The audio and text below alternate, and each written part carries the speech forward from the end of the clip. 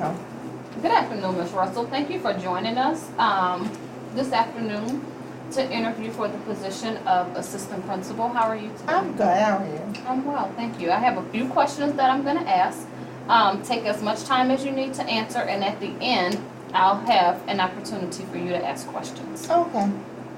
So you can start by telling us a little bit about yourself and about your background and experiences that qualifies you to be an assistant principal. Well, I began my teaching experience 15 years ago.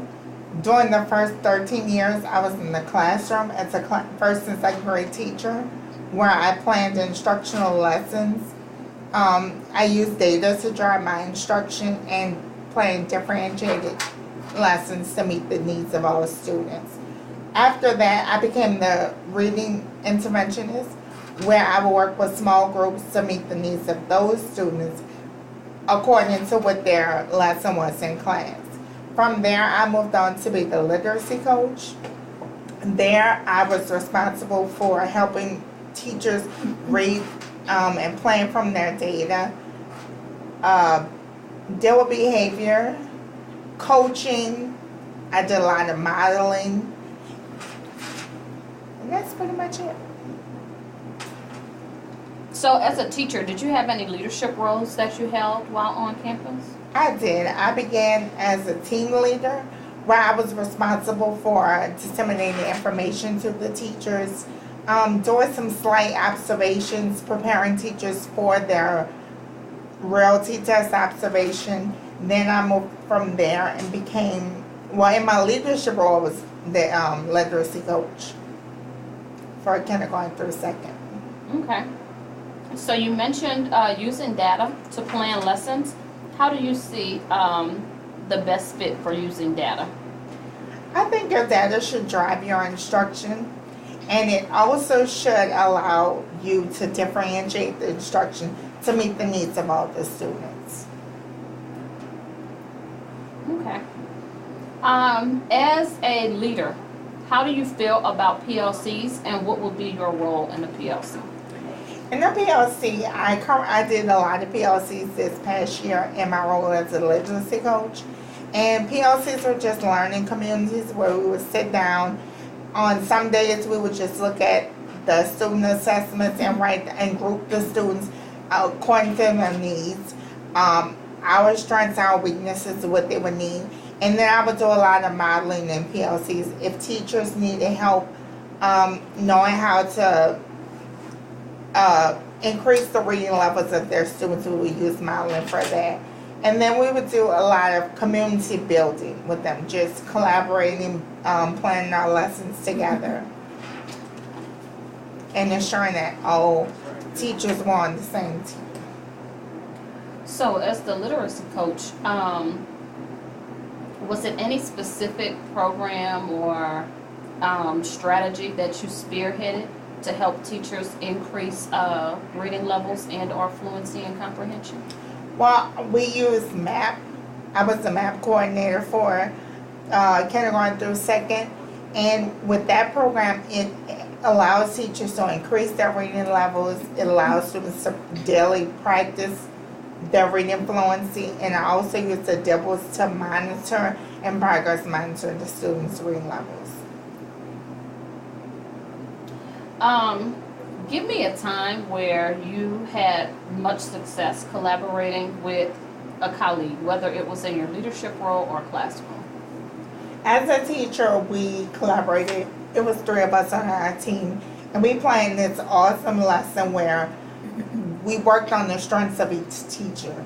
So I was really good with one component of the lesson, so I went from class to class and taught the I do portion of the lesson. Then we worked together and somebody else taught the you do. So it worked out really good, and we had much success on the state exam.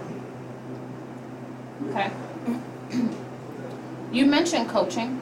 Name at least one successful form of coaching that you've used recently. I did the targeted coaching, where I went in at the beginning of the year and I videotaped the teacher just on a random day. She didn't know I was coming, but I wanted to see her in her natural state, which she did. And then together we watched the video and we wrote down some points that she could improve and some successes for her. And then we worked on that. I went in, I modeled for her. She did it, I did it, we team taught. And then at the end, I went back and videoed her again, and we were able to see the difference in both the lessons. And was there improvement there? That was much improvement. And because she didn't realize where she was when she started. So seeing it helped her. Gotcha. How do you envision community involvement in a school? I envision community. First, let's start with the parents. I envision parental involvement, just having support in the educational academics of the students. And then community involvement, maybe letting the kids participate in their businesses, knowing how to operate those businesses, what they would need to work in those businesses. And let the community tell them, the business owners tell them what they would need. Okay. What about parent communication? How would you, what are some of the most effective ways of communicating with the parent as an administrator?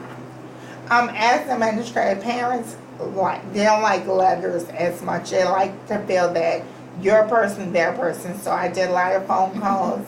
I encourage the teachers to do class dojo and remind 101, because sometimes parents have multiple kids and they just forget, and they like those constant reminders, hey, this is coming up.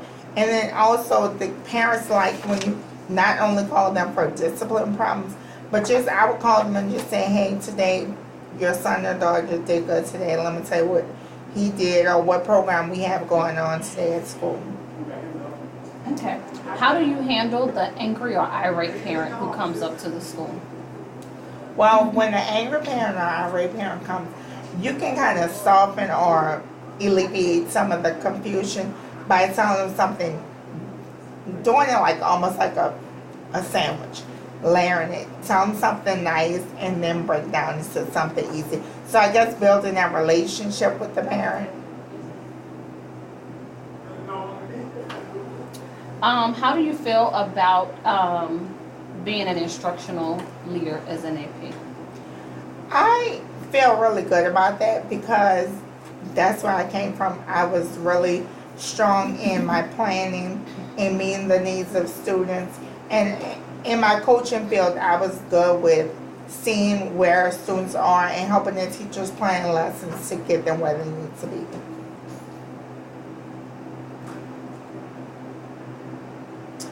Okay.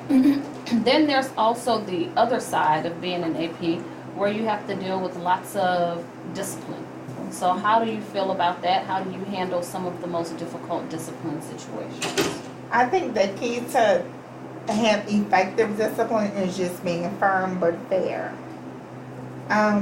Just being firm but fair, just laying my rules down. This is what my expectations, meet those, these are the consequences.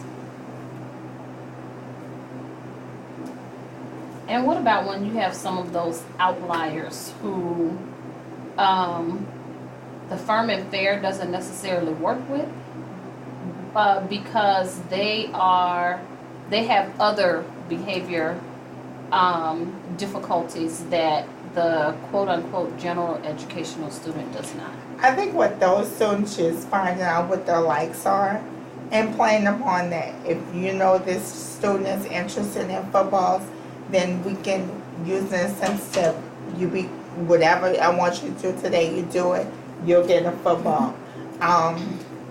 Just playing on the interests of the student, because our students are different. How would you handle a teacher who frequently misses work? First, I would talk to the teacher and find out why they are missing work, whether they may have family problems or transportation issues, and I would try to help them work through those issues if that's what they have. And then I would let them know of their legal and professional responsibilities. If they still do not come to work, then I'm going to have to start documenting and let them know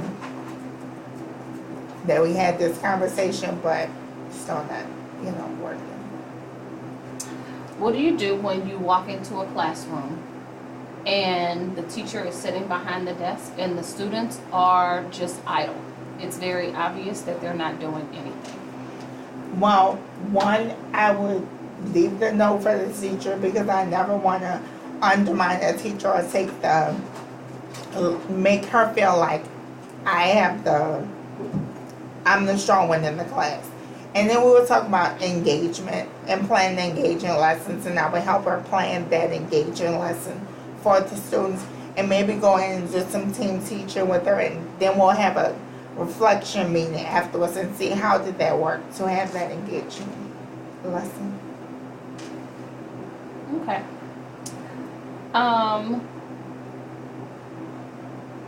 How do you envision crossing over from being a coach to an administrator where you are holding them accountable as opposed to just coaching and molding them?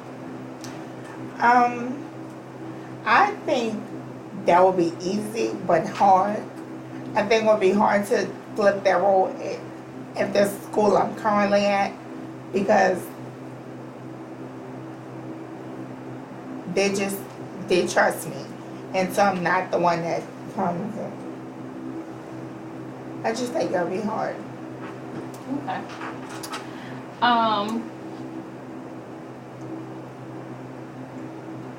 What about deadlines? How good are you about meeting deadlines?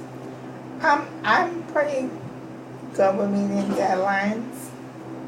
And what happens when there's a time where you don't meet the deadline? What is your process for that? If I'm not going to meet the deadline, I would like to let them know ahead of time, hey, I'm having a little issues getting this done.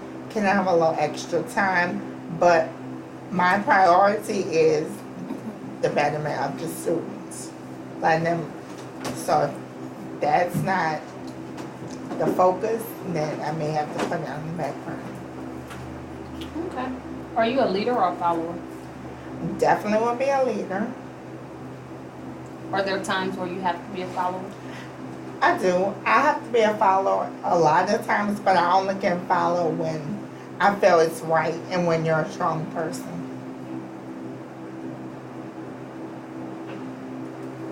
Okay. Do you have any questions for me? What grade levels are your school? Kinder through 5th grade. That's it. All right. Well, thank you. This concludes our interview. Thank you.